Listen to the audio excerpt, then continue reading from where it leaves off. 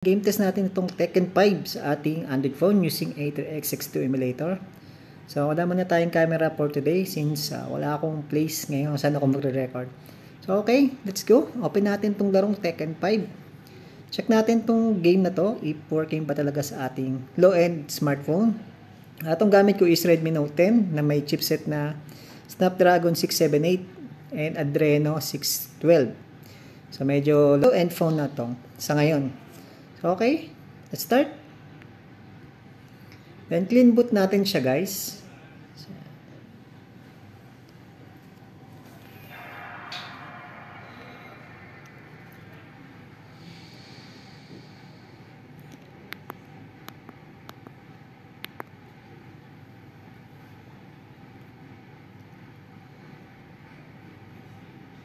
So, itong game na to is developed by Namco. So, usual. Then, sa start, pwede nyong laruin to as mini gameplay o mini game. Yan, kung mahilig kayo sa shooter.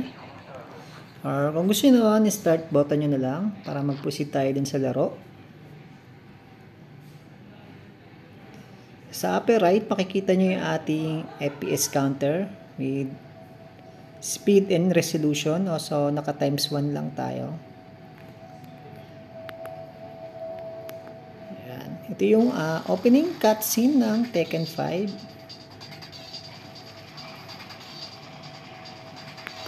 So, lakasan natin ng konti. So, napakaganda ng cutscene na to. Ayan, itong Tekken 5 nga rin pala is available sa PSP games.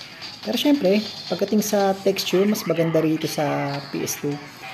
Pero kung medyo low-end smartphone tayo, kung gusto nyo ng mas smoother, pwede nyo laruin to sa ating PPS SPP emulator.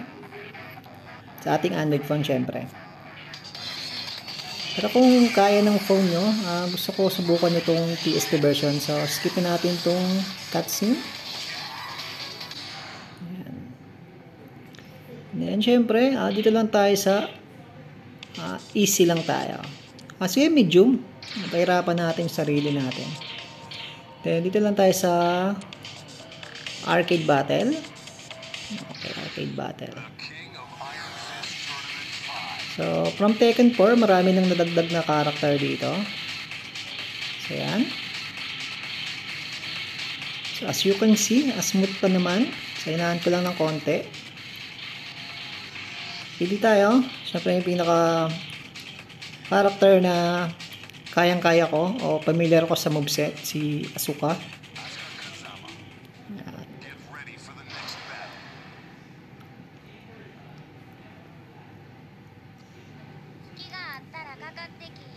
Yan.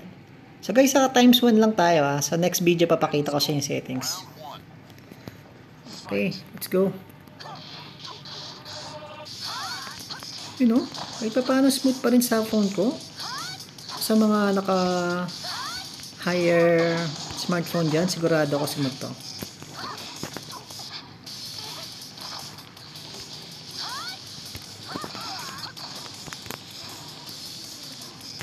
Hindi ko alam kung mukhang nagkamali ako sa medium.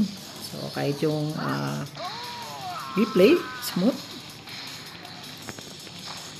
And take note na nakagamit pa tayo ng screen record.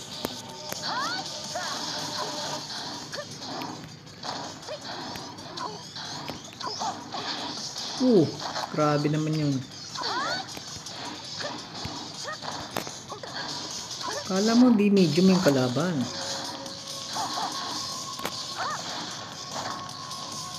So yun, medyo meron na tayong konting nararamdaman ng pagbagal. Pero konting-konti lang naman. Baka nga kasama lang yun sa optimization ng laro. Stage 2. So si Marduk yung ating mga kalaban. So different stage 2 guys. Different yung texture tsaka yung sound. So dun tayo magkakaproblema sa iba.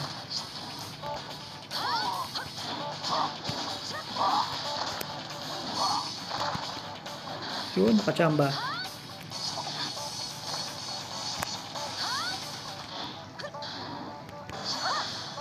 Bakas naman yun.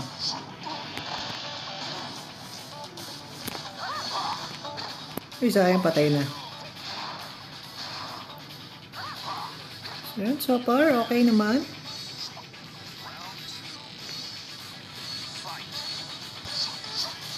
Yun, may konting ano na tayo. So, pagka ganyan, gagawin natin is, kasi nawawala naman siya. Baka nga sa movement lang to ng camera eh.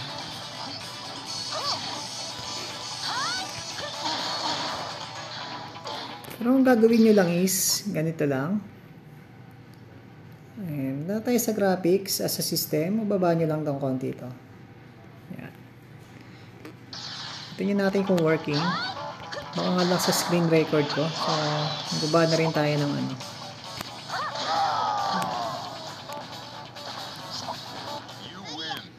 Or pwede nyo rin ibaba yung resolution sa 0.75. Pero, yun yung pinaka ayokong gawin, yung binababa yung resolution. Kasi nawawala yung ganda ng laro. No, kita niyo yung texture ng building. Napakaganda. So far, 60 FPS pa rin naman tayo. Wala tayong naging problema.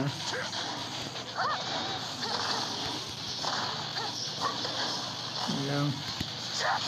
Magsasinag ng araw. Medyo binibigyan tayo ng konting lag.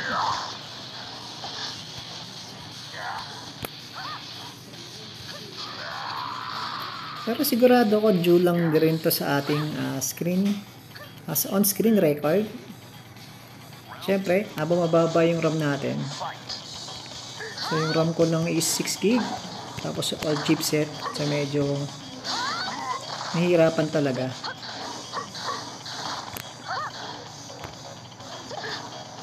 Yun.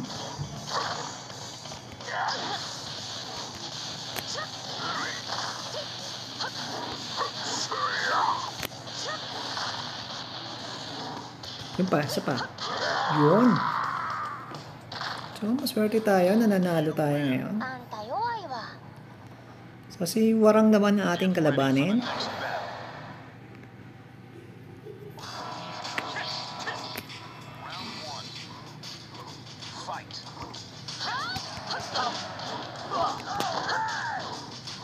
Oh, medyo may pagbagal doon.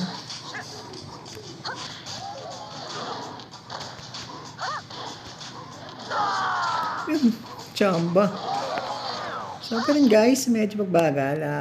Balik na lang natin. So, since wala na tayo doon. Yan, pwede nyo rin itong ilagay dito. O, sa unsynchronize. Yan.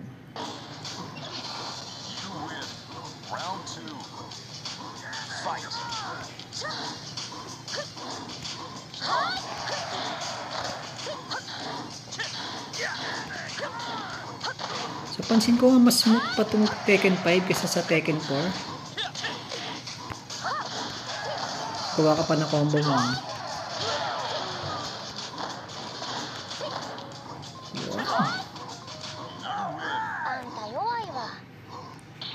Si King, kalabayan natin. So, medyo malakas-lakas mga ano to. Ang wrestling. So, yun ang ganda ng texture. Kung kaya lang laruin to sa 4K o sa 1080p, napakaganda na ito.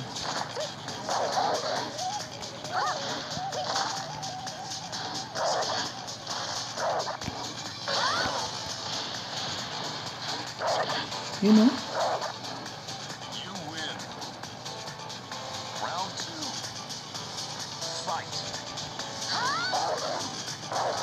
Konting may pabagalo tayo konti. Dahil lang siguro to sa ano, screen record natin. So, try ko to nung walang screen record. Okay naman.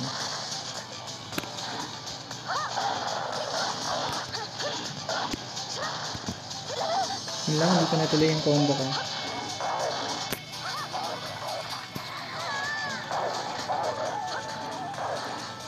Grabe naman yun.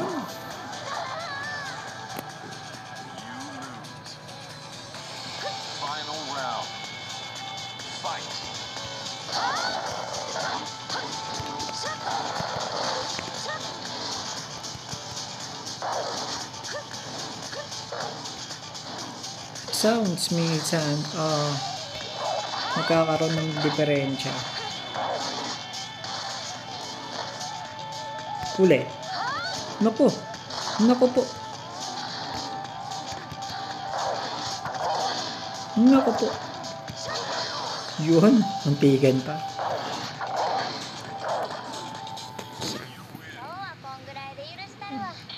Kanabayan natin si second Q. Si Kuma. Si Panda. Ano ko si Panda to? Oh, ang ganda. White bear.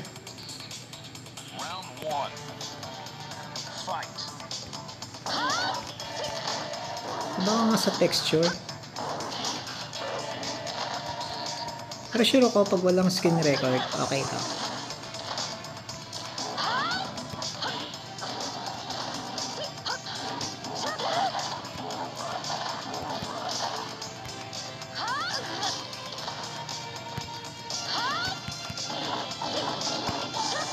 Uy, huli.